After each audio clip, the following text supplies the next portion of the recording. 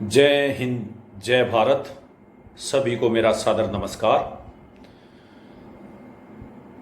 75वें स्वतंत्रता दिवस की समस्त देशवासियों को हार्दिक बधाइयाँ, ढेर सारी शुभकामनाएं। यह दिन हम समस्त भारतवासियों के लिए हर्षोल्लास का दिन है, क्योंकि इस दिन विदेशी सत्ता से हमने स्वतंत्रता प्राप्त की थी। मुझसे पहले वाली पीढ़ियां, हमारी पीढ़ियां, क्योंकि हमने स्वतंत्र भारत में जन्म लिया, लेकिन इस स्वतंत्रता प्राप्ति के लिए कितने बलिदान हुए, कितने कष्ट सहन किए। हजारों लाखों माओं ने अपने बेटे, अपने भाइयों, अपने पतियों को खोया। हजारों हजार महिलाओं ने अपना बलिदान किया, तब जाकर हमें यह स्वतंत्रता प्राप्त हुई। इसलिए इस दिन यह हमारा फर्ज भी बनता है कि हम उन वीर बलिदानियों को श्रद्धांजलि दें और उनकी कहानियां आने वाली पीढ़ियों से शेयर करें, ताकि वह इस स्वतंत्रता का महत्व जान सके। इसके साथ साथ स्वतंत्रता हमने विदेशी सत्ता से प्राप्त की, वह एक प्रत्यक्ष दुश्मन हमारे सामने था, परंतु इसका मतलब यह नहीं कि इस स्वतंत्रता को क्षुण्ण बनाए रखने के लिए भी सतत उन आजादी के दीवानों के समान सतत प्रयास की, सतत सच्चित्र दृढ़ कर्तव्यनिष्ठ आचरण की हमेशा आवश्यकता होती है। इसीलिए आज मैं इस अवसर पर कुछ लाइनों के माध्यम से अपने साथियों, अपने देशवासियों और विशेषकर युवाओं को एक संदेश देना चाहता हूं, एक अनुरोध करना चाहता हूं कि आप सौभाग्यशाली हैं, आपने स्वतंत्र भारत में जन्म लिया, लेकिन आपकी जिम्मेवारी अब और अधिक बढ़ जाती है उन बलिदानियों की तुलना में जिन्होंने हमें आज़ादी दिलाई, इस आज़ादी को बनाए रखने के लिए, ताकि हमारा प्रत्येक नागरिक स्वस्थ रहे, सुखी रहे। और स्वतंत्रता का मतलब होता है सभी को समान अवसर विकास के प्राप्त हो। उन लोगों ने जब विदेशी सत्ता, यानी कि उनका भारत पर ही केवल अंग्रेजों का राज नहीं था, पूरे विश्व में राज था। एक कहावत थी उनके विषय में कि उनके समय में, उनके जमाने में सूरज अस्त नहीं होता था। इसका मतलब ये नहीं था कि वो सूरज को छिपने नहीं देते थे। उनका राज्य पृथ्वी के इस कोने से लेकर उस कोने तक था। अगर इधर रात है तो उधर दिन हुआ रहता था, उस हिस्से में रात थी तो इधर दिन हुए रहता था। इसलिए यह उक्ति बनी कि अंग्रेजों के राज में सूरज अस्त नहीं होता था, अर्थात उनका साम्राज्य इतना विस्तार था। उस साम्राज्यवादी सत्ता के विरुद्ध हमारे उन पूर्वजों ने अपनी छोटी छोटी उम्र में खुदीराम बोस, सरदार भगत सिंह, चंद्रशेखर आजाद, इन सब के तो हम नाम जानते हैं, लेकिन ऐसे तो हजारों लाखों अनगिनत महिला और पुरुष हैं जिनके हम नाम भी नहीं जानते। जैसे जलियांवाला बाग में हजारों की हत्या हुई, हो सकता है वो पहली बार ही आए और तभी उनकी विदेशी सत्ता के द्वारा हत्या कर दी गई। तो ऐसे लाखों अमर बलिदानी हैं। उस समय में, उस काल में अगर एक पुलिस वाला भी गांव में आता था तो उनका टेरर इतना था कि गांव वाले दरवाजा नहीं खोलते थे। क्यों? क्योंकि उनके काल में अत्याचार की प्रकाष्ठा थी। अगर उन्हें लगता है कि इस गांव में एक लड़का या कहीं से कोई सुगबुगाहट है कि आज़ादी के लिए ये लड़ना चाहते हैं, तो वो आते थे, पूरे गांव को ही फांसी पर झुला देते थे। तो उस काल में उनके विरुद्ध लड़ना बहुत बड़ा मादा, बहुत बड़ा दिल और मस्तिष्क के लेवल पे बहुत बड़ा विचारशील शक्ति उन लोगों के भी अंदर थी। उस काल में एक लाइनों के द्वारा मैं बताना चाहता हूं, उन युवाओं, उन बलिदानियों का आप दृढ़ता समझ सकते हैं इस लाइन से। सरफरोशी की तमन्ना अब हमारे दिल में है। खुदीराम बोस, चंद्रशेखर आजाद, सरदार भगत सिंह, इन सब के यह शेर उस समय बहुत प्रसिद्ध था और सभी इसको बोलते भी थे अपने आप को मोटिवेट करने के लिए कि सरफरोशी की तमन्ना अब हमारे दिल में है, देखना है जोर कितना बाजुए का दिल में है। तो हमारे वीर बलिदानियों ने उनके जोरों को तोला और उन पर विजय हासिल की, स्वतंत्रता प्राप्त की। परंतु इस दौरान बहुत सारे कष्ट भी उन्हें सहने पड़े। उन्हें 4 दीवारियों में बंद रखा गया, काल कोठरी में बंद रखा गया, उनको फांसियां दी गई। तो काल कोठरी में भी एक किसी ने शेर लिखा है, मैं याद नहीं किसने लिखा है, मैं आपसे शेयर करना चाहता हूं।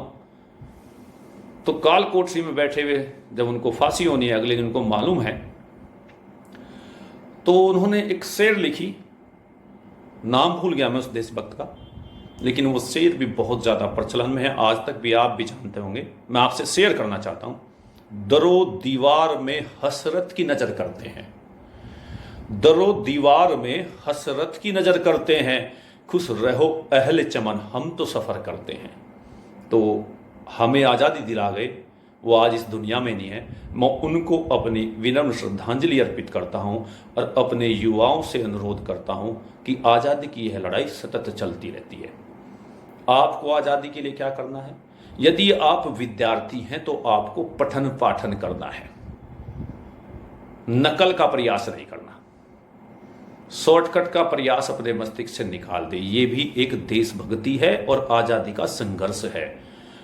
जो देश, जिस देश में निकम्मे, शॉर्टकट, चोरी, भ्रष्टाचारी, रिश्वतखोरी के माध्यम से अपना विकास करना, नौकरियां प्राप्त करना, पास हो जाना अधिक बढ़ेगा, वह देश कभी भी स्वतंत्र नहीं रह सकता। उसको गुलाम होने से, गृह युद्ध होने से, आपस वैषम्य होने से कोई नहीं रोक सकता। यदि आप विद्यार्थी हैं, पठन पाठन करें ईमानदारी से। यदि आप सरकारी कर्मचारी हैं, चाहे वो अध्यापक हैं, तो अध्ययन अध्यापन करें। पुलिस में है तो अपनी ड्यूटी ईमानदारी से करें, कानून के अनुसार करें। यह भी आज़ादी की सतत लड़ाई है और यह लड़ाई उससे भी ज़्यादा खतरनाक है, क्योंकि उस समय दुश्मन हमारे सामने था, अब ये दुश्मन हमारे बीच में है, हमारे अंदर है, हमारे अपने लोग हैं, कुछ जाति के आधार पर बांट देना चाहते हैं। आपने भी देखा होगा, गरीबों की लड़ाई लड़ने वाला कब अमीर हो जाता है पता ही नहीं लगता और गरीब गरीब रह जाते हैं। इसी तरह जातियों का मुखिया बनना और जाति के हित की बात करने वाला व्यक्ति कब अमीर हो जाता है और वो जाति वहीं रह जाती है। ठीक इसी प्रकार से धार्मिक उन्माद फैलाने वाले लोग अपने आप कभी नहीं धार्मिक दंगा करते, गरीब लोगों को उकसा देते हैं और वो दंगा हो जाता है। तो ऐसी सभी शक्तियों, ताकतों से सचेत रहना है। और सचेत कब रहेंगे? जब हम पढ़ेंगे, जब हम विवेकशील निर्णय लेंगे। तो ये भी एक आज़ादी की लड़ाई सतत चल रही है, जिसकी आज के समय में बहुत ज़्यादा आवश्यकता है। छोटी छोटे दल, छोटी छोटी जातियों के कि मैं इस जाति का सरदार, मैं इस जाति का सरदार, क्योंकि लोकतंत्र है। लोकतंत्र का ये बुराई भी है, गड़बड़ भी है कि इसमें दुष्ट व्यक्ति भी आगे बढ़ सकता है। बस उसको झूठ बोलकर, गलत काम करके, कुछ भी चीजें इधर बाइक कुक करके कुछ मूर्ख बनाना, एक बार वोट लेना और सत्ता में आ जाएगा। तो ऐसी प्रवृत्तियों को नहीं पनपने देना भी आजादी की लड़ाई है, जो आज भी जारी है। प्रत्येक व्यक्ति ईमानदारी से और अपने कर्तव्य के प्रति जागरूक रहे और कर्तव्य करे, यह भी स्वतंत्रता में योगदान है। हो क्या रहा है? लोग अपने हक के लिए ज्यादा लड़ रहे हैं और अपने कर्तव्य को भूल गए हैं। तो मेरा सभी से, खासकर युवाओं से अनुरोध है कि अकर्मण्यता त्याग दें।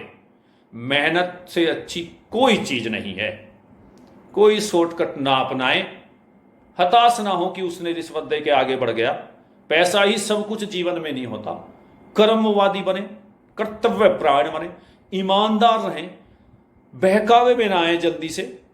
बहुत ज्यादा पक्षपात जाति के आधार पे या क्षेत्र के आधार पे इस तरह के पक्षपात ना करें। नकारात्मक लोगों से दूर रहें। यह आजादी की लड़ाई है और मैं इस अपने संदेश को इस लाइनों के साथ समाप्त करना चाहता हूं। लंबा समय न लेकर के, काफी समय हो गया। फिर आपसे एक वार्ता करूंगा। बस एक ही अनुरोध है कि मजहब नहीं सिखाता आपस में बैर रखना, क्योंकि जब हमारे देश का विभाजन हुआ मजहब के आधार पर हुआ, बहुत ज्यादा बड़ी मानव हानि हुई। उसके बाद कई बार दंगे हुए। तो फिर किसी एक शायर ने ये लिखा था, शायर बहुत अच्छी थी और इसको खूब प्रचार प्रसार किया। इसकी आज जरूरत भी है। मजहब नहीं सिखाता आपस में बैर रखना, हिंदी है हम वतन है हिंदुस्तान हमारा। ये याद रखें युवाओं, इसको पढ़ें और इसको वचन करें। कोई आपस में लड़ाने की बात करता है, जैसे कहता है कि कुछ एक विचारधारा है, कम्युनिस्ट विचारधारा, जो जिसका चीन में भी राज है और जिसका रूस में भी राज है। वो कहती है कि सत्ता बंदूक की नाली से निकलती है, अर्थात वो हिंसावादी चीज में पड़ती है। और हमारा देश का चरित्र क्या है? अहिंसावादी चरित्र है। अगर मैं अपनी मांग मान ली, आंदोलन करें, लेकिन हिंसा ना अपनाएं। अर्थात हिंसा, जैसे चीन कम्युनिस्ट पार्टी का एक राज है और वहां पर क्या हुआ कि शी जिनपिंग को आजीवन राष्ट्रपति बना लिया। रूस में आजीवन राष्ट्रपति है, लेकिन यहां क्या करते हैं? उल्टा की डेमोक्रेसी के खिलाफ में। तो ऐसी चीजों से जो तोड़ फोड़ वाले तत्व है, हिंसा वाले रास्ता अच्छा नहीं है। अहिंसात्मक महात्मा गांधी जी ने हमें अहिंसा का दर्शन दिया। खूब आंदोलन होते हैं, पहले भी होते रहे हैं। करें, अपने हक की लड़ाई लड़ें, लेकिन अपना कर्तव्य भी ना छोड़ें। इन्हीं के साथ में मैं अपने शब्दों को विराम देता हूं और उन वीर बलिदानों को अपनी श्रद्धांजलि अर्पित करता हूं, जिनके कारण आज हम स्वतंत्र हैं, हम अच्छी नौकरियां पा रहे हैं, हम अच्छा व्यवसाय कर रहे हैं, अच्छा जीवन यापन कर रहे हैं और देशाटन कर सकते हैं।